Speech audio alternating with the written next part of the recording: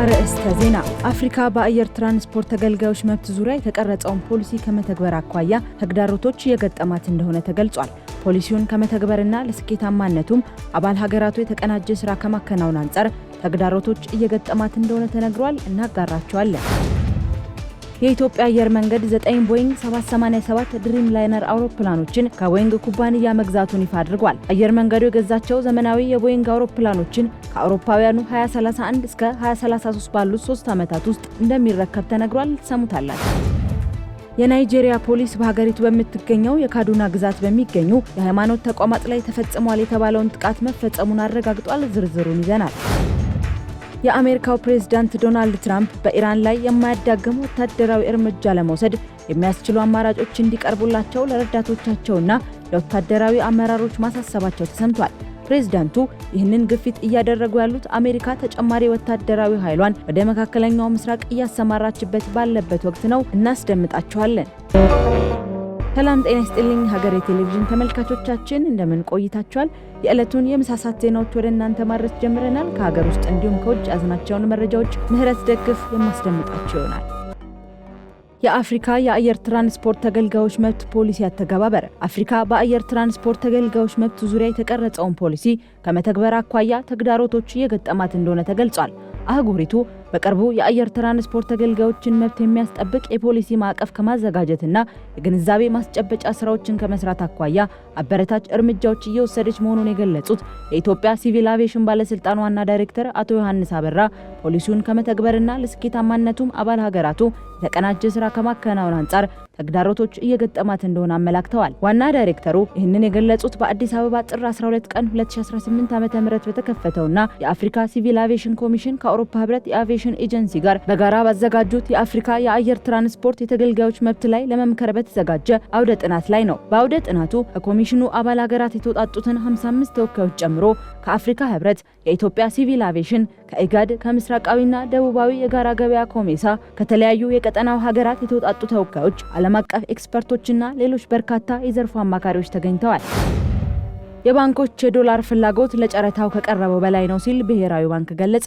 የኢትዮጵያ ብሔራዊ ባንክ ጥር 12 ቀን 2018 ዓ.ም ባካሄደው 15ኛው ዙር የውጭ ምንዛሪ ጨረታ ከንግድ ባንኮች የቀረበው የዶላር ፍላጎት ባንኩ ለሽያጭ ካቀረበው መጠን በላይ መሆኑን አስታውቋል። ባንኩ በዚህኛው ዙር ጨረታው 70 ሚሊዮን የአሜሪካን ዶላር ያቀረበ ቢሆንም በጨረታው ላይ የተሳተፉት 21 የንግድ ባንኮች በድምሩ 94.7 ሚሊዮን ዶላር ለመግዛት ፍላጎት ማሳየታቸውን ገልጿል።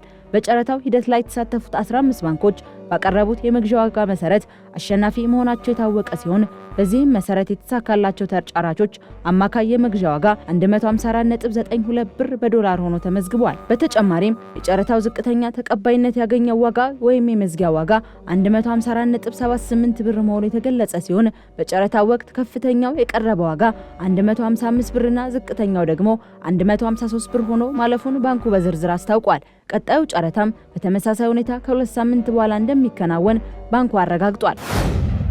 የኢትዮጵያ አየር መንገድ 9 ቦይንግ 787 ድሪም ላይነር አውሮፕላኖችን ከቦይንግ ኩባንያ መግዛቱን ይፋ አድርጓል። አየር መንገዱ የገዛቸው ዘመናዊ የቦይንግ አውሮፕላኖችን ከአውሮፓውያኑ 2031 እስከ 2033 ባሉት 3 ዓመታት ውስጥ እንደሚረከብ ተነግሯል። የተገዙት ዘመናዊ የቦይንግ አውሮፕላኖች አፍሪካን እርስ በእርስ ከዓለም የማገናኘት ራዕዩን ለማሳካት የሚያግዙ ስለመሆናቸውም አየር መንገዱ አስታውቋል። የሆቴሎች የመቀበል አቅምን በ2 እጥፍ ለማሳደግ የተያዘው እቅድ። የአዲስ አበባ ከተማ አስተዳደር ፕላን ቦርድ በ2 ዓመታት ውስጥ የከተማዋን ሆቴሎችና የእንግዳ ማረፊያዎች የመቀበል አቅም በ2 እጥፍ ለማሳደግ ያስችላል ያለውን የአካባቢ ልማት ጥናት አጽድቋል። በአዲስ አበባ ያሉ ሆቴሎችና የእንግዳ ማረፊያዎች እንግዳ የመቀበል አቅማቸው 25000 መሆኑ የተገለጸ ሲሆን ከ2 ዓመት በኋላ በአዲስ አበባ የሚካሄደውን ዓለም አቀፉን የአየር ንብረት ለውጥ ጉባኤ በአግባቡ ለማስተናገድ ይህንን እንግዶችን የማስተናገድ አቅም ወደ 80000 ማሳደግ እንደሚገባ ተነግሯል። ይህንን ክፍተት ለመሙላት የተጀመሩ ዘመናዊ የሆቴልና የአፓርትመንት ግንባታዎችን ደረጃ አስጠብቆ ማጠናቀቅ እንዲሁም አዳዲስ ግንባታዎችን በስፋት እንዲከናወኑ ማድረግ ትኩረት ተሰጥቶ ሊሰራባቸው የሚገባ ስለመሆኑ በጥናቱ ተመላክቷል። የመንገድ ትስስርን ማስፋትና ለስፖርታዊ ሁነቶች የሚደረጉ ዝግጅቶችን ማፋጠን በጥናቱ የተካተቱ ነጥቦች መሆናቸውን ከከተማ አስተዳደሩ የተገኘው መረጃ ያመለክታል። ከሀገር ውጪ ወደ ያዝናቸው መረጃዎች አለፍን። የናይጄሪያ ፖሊስ አስተባብሎ የነበረውን ጥቃት መፈጸሙን አረጋገጠ። የናይጄሪያ ፖሊስ በሀገሪቱ በምትገኘው የካዱና ግዛት በሚገኙ የሃይማኖት ተቋማት ላይ ተፈጽሟል የተባለውን ጥቃት መፈጸሙን አረጋግጧል። ባለፈው እሁድ ተፈጽሟል የተባለውን ጥቃት ሐሰተኛ ወሬ ነው በማለት አስቀድሞ አስተባብሎ የነበረ ቢሆንም አሁን ላይ ግን ጥቃቱ መፈጸሙንና ዜጎች መታገታቸውን አረጋግጧል። በጥቃቱ 172 ሰዎች በታጠቁ ሰዎች መታገታቸውን የገለጹት አንድ የሃይማኖት መሪ ከታገቱት መሃል 9 ሰዎች ማምለጣቸውን ተናግረዋል ሲል አልጀዚራ ዘግቧል።